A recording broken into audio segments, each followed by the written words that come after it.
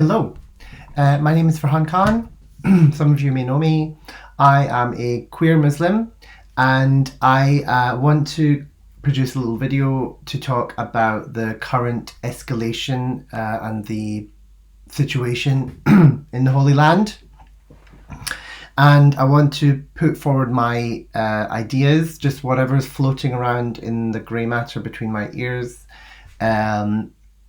Because I don't think there's enough of that from a queer Muslim perspective, and if we don't speak, I think what ends up happening is queers that are not Muslim or maybe on the other side dominate the discourse in this particular area. So before I start, I want to say unequivocally that my perspective is in support and in solidarity with Palestine and the Palestinian people. And that's based on my own experiences and my own identity, I suppose, in a certain way, growing up as a Muslim with brown skin and of Afghan and Pakistani heritage.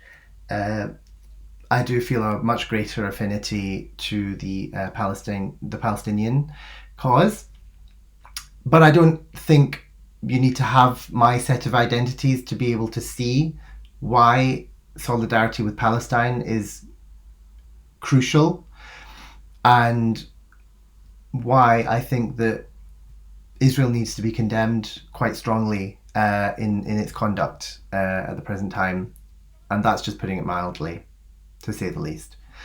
But what I'm seeing is that if I don't speak, if people like me, myself, don't speak, the queer voice in this kind of gets skewed towards Israel.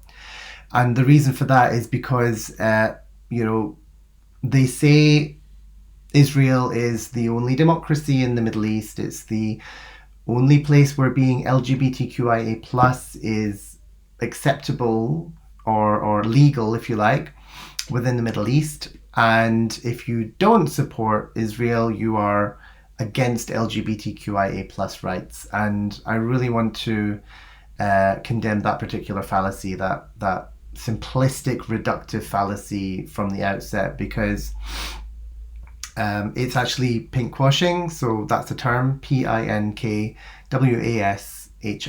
pinkwashing. And what that unfortunately has been done, LGBTQIA plus rights is used as a way to legitimize the Israeli position. And it's really unfortunate that that's the case, but that's why I'm making this video. And I'm seeing, particularly from, I would say, cisgender gay white men, this narrative being pushed on social media. So that's why I want to provide an alternative voice. And none of this is scripted. This is just what's going on in my head, and it's it's just out of necessity, to be fair. Now, I want to start by kind of just explaining what I think is going on and how we've gotten to this place where we're seeing, basically, I'm going to say it, a genocide against Palestinian people by the state of Israel. That's the way I see it. I might get demonetized, blocked, whatever. Meta might might auto-censor me for saying that, but that's really what I'm seeing, and I think it's quite clear that a lot of people share that view. Now, I want to kind of just go back into sort of history, and because I think people don't really understand why there is this fight, or why is there this occupation then, because I don't see it as a fight, I don't see it as a conflict, I see it as an occupation and a resistance, to that occupation. Now, first of all, the Palestinian people, they're not just Muslim, they're also Christian, and actually they're also Jewish. Palestinians can be any of those three, actually. This is the home of the Abrahamic faiths, of which Judaism is the oldest, and Christianity and Islam obviously derive off of Judaism. But But the reason I'm mentioning that is because actually the Palestinians that you're seeing, they're Muslim now, but there might have been a time in history where their ancestors were actually Jewish, and in order to survive, I guess, they might have converted or reverted to Islam due to the presence of the caliphate. I think there was at the time. Certainly, before my knowledge on this is a little bit patchy, so I'm just prefacing that. There was, prior to the occupation by Britain in that region and France. But let's focus on Britain because that's where they had the British Mandate of Palestine. That came into being after the First World War because the Ottoman Turks that were in charge, that had that were the authority in place, were defeated in the First World War by I think it was the Entente, the Triple Entente, and I think the Ottomans, the Germans, the Austro-Hungarians, possibly the Bulgarians, were all part of the Central Powers. And as we all know, they were defeated in the First World War. And this would have been around 1918. And what happened with the Ottoman lands was that they were divided between France and Britain, and Britain was given, well, Britain took, I should say, the mandate of Palestine, and they had what's called the Sykes-Picot Agreement, where Syria and Lebanon were taken by the French, and the British Mandate of Palestine was Palestine and current-day Jordan. They were given to they were taken by Britain. If you go further south than that, there's also parts that were, in Saudi Arabia that were, I don't really know what happened there, but let's just focus on the British Mandate of Palestine, which would have come into being around 1918. And that's crucial, that date, because in 1917 was the so-called Balfour Declaration. Now, this was a declaration of intent by Britain, as far as I'm aware, to give the Jewish people a home state, a state for them. And this was born of a letter by someone, by a Zionist leader, maybe the father of Zionism, I think, called Theodor Herzl, a Hungarian Jew who had faced a great deal of discrimination and persecution in Hungary, and in the late 1800s had a conference, the first Zionist conference in Bern in Switzerland, in order to promote and discuss the idea of a homeland for the Jews. And this was the start of the movement of Zionism, as far as I'm aware. So Zionism and Judaism are only linked really from that particular time. I don't know if there was Zionism before that, but Judaism obviously can be traced back thousands of years, maybe 5,000, I think, prior to that conference. Now, they didn't just think about Palestine as a homeland. They thought about other locations, such as Uganda. But what I think there is a common thread between all the locations they were thinking, I can't remember what the other locations were, but these were all lands that were already colonized by, for example, Britain. Uganda was colonized by Britain. Palestine was colonized by Britain. There's something called the Jewish Oblast in Russia, but that was out in Siberia, not a popular one. Apparently the Med was more popular. So they decided that they were going to, well, actually not Theodor Herzl, I think the Zionists really wanted to have that homeland be in the British Mandate of Palestine, near Jerusalem. Obviously there was a huge history of Judaism from that particular place. And I think there was the destruction of the Second Temple by the Romans which led to the expulsion of the Jews. I'm not quite sure. I'm just kind of, again, referencing the grey matter between my ears. Now, the places where Jews went or were forced to flee to included, for example, Spain, Iraq. No, sorry, Spain. Let's just focus on that, because they had to go they just had to spread. Also, like Eastern Europe. So this led to the Ashkenazim Jews of Eastern Europe that spoke Yiddish, and actually their language of Hebrew around this time probably also went extinct, even though it was written. But in spoken, Hebrew was extinct because of this expulsion by the Romans. Now, that's important. Well, that's interesting because Hebrew, as you know, is the language of the current modern state of Israel, modern Hebrew. So this is an example, one of the only examples, I think, of a language that was resurrected from extinction. Now, Spain is an interesting example because it was under a caliphate, an Islamic caliphate, for a lot of centuries. I think that's probably when Jews actually became settled that area. They were called the Sephardim. They're now called the Sephardim Jewish, I think. But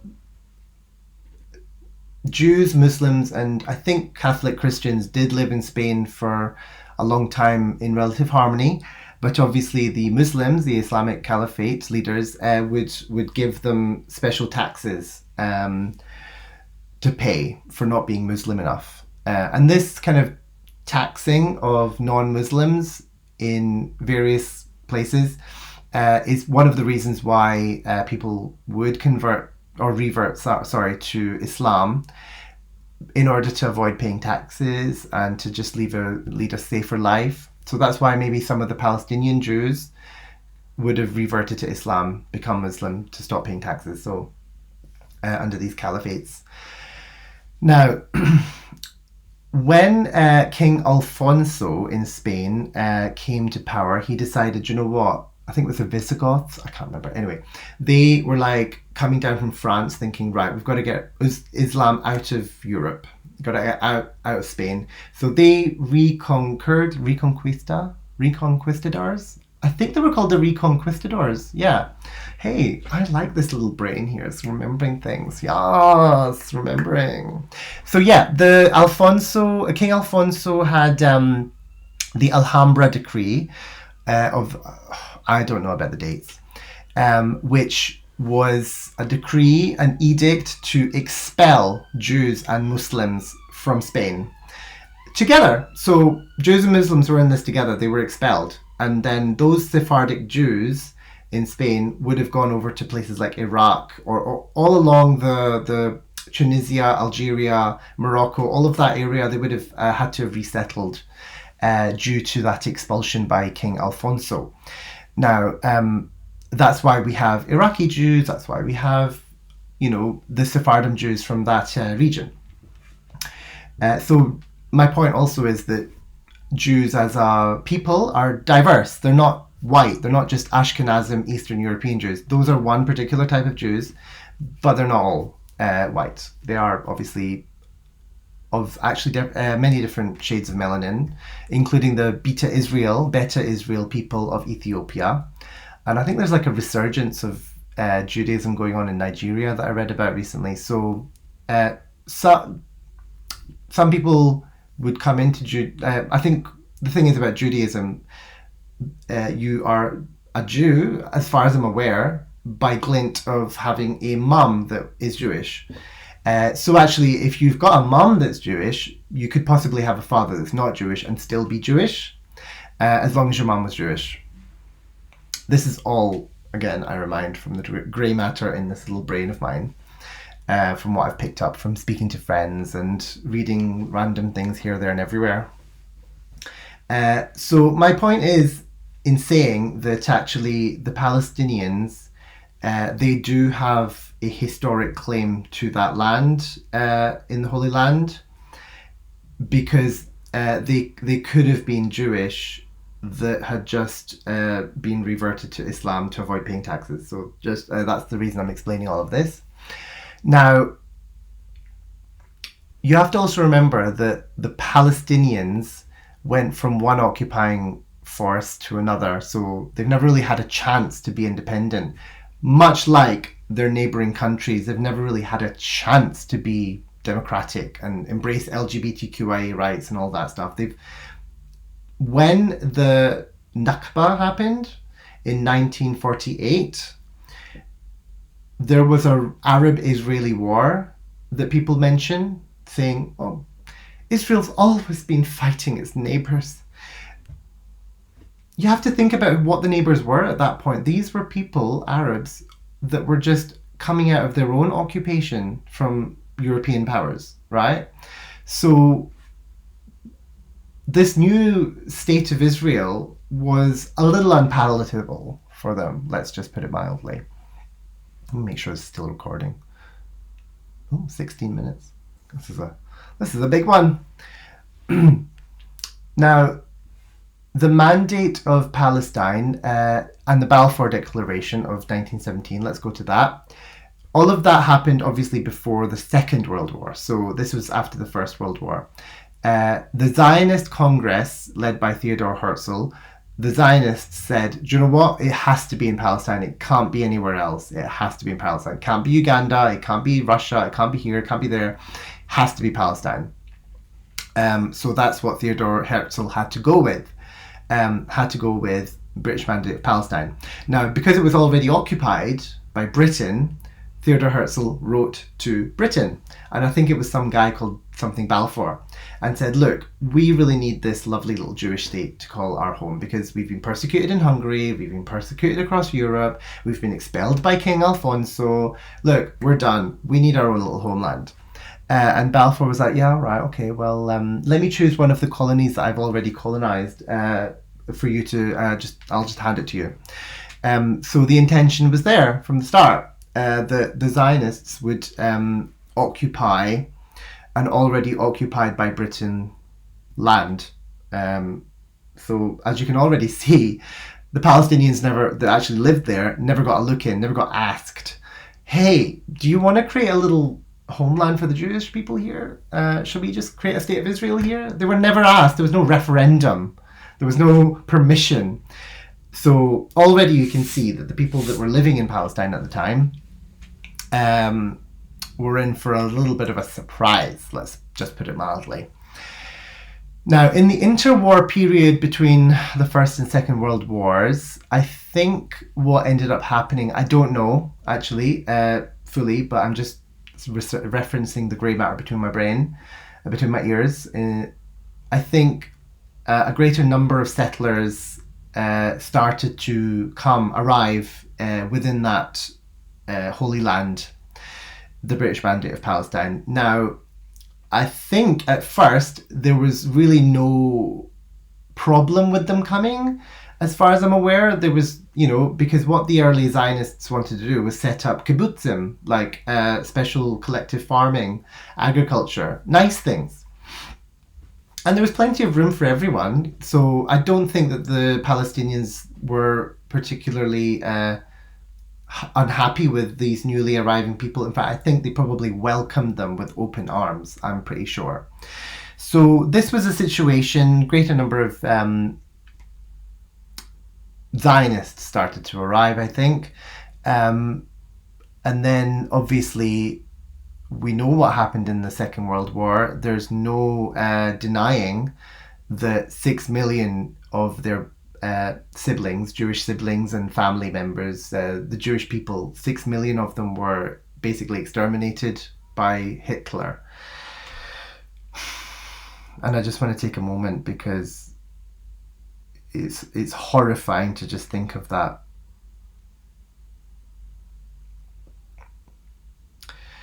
Six million Jews, but also queer people, disabled people, Roma gypsy people, anyone that Hitler didn't like, they were exterminated in concentration camps, in the gas chambers. His Nazi regime perfected a way of actually exterminating humans en masse by using a substance called Zyklon B. They started off with rudimentary shooting. I've been to the concentration camps. I've been to Auschwitz. I've been to Terezin. I've been to these places and I've seen it, and it's horrifying. It's sobering. It's humbling. And I was left with a huge amount of compassion for the Jewish people, which, when I was much younger, led me to not really understand fully why solidarity with the Palestinians is important, because look what's happened to Jewish people is all I could think of. Even as a Muslim, but at the same time, being gay, being queer, meant that I didn't feel welcome within my Islamic community. So I kind of like thought it would be better for me to support the Jews, you know, which I still do, but I don't support the Zionist Israelis. And I should say the revisionist Zionists, because now the early Zionists I mentioned that were arriving in the interwar years, they were a different kettle of Zionist to what we have nowadays. Okay, I'll get to that in a minute. So obviously what happened in the Second World War further entrenched this need for a safe place for Jews, a safe homeland for the Jews, yeah? And that state was going to be the State of Israel. And after the defeat of Hitler and the Axis powers by the Allies, that partnership between, because obviously Britain had liberated, well, the Allies had and Russia, by the way, Russia, had liberated the Jews, or liberated the prisoners of these war camps, these concentration camps. There was always going to be a pride, I guess, in the Allies that they have defeated Hitler and his extermination of these peoples. So there was so the support for a state of Israel around that time was unequivocal, in my opinion. It would have been, because they had just seen the horrors that had been committed by the Axis powers, by the Nazis. So the support for a Jewish homeland so that this never happened again was unequivocal. And who can really argue with that? I can't, and I won't. But unfortunately what this meant was that when the State of Israel was founded in 1948, 3 years after the end of the Second World War, and also around the same time that Pakistan, where my parents come from, and India gained their independence. So Britain was broke. She was a broke-ass bitch at that point. So she was like, yeah, take my colonies. I can't afford to keep them anyway. Deal with it yourselves, people. Come on, we've been ruling you for centuries, but now I think we're just gonna leave you to deal with it on your own. And it's just the most horrific thing they could have done, because the partition of India and Pakistan led to millions of deaths, by the way, I think. Okay, I don't know the exact figure, so don't quote me on that figure, please. But the mass migration of my people, led to death. A lot of death. But we're focusing on the Holy Land in this video. Now,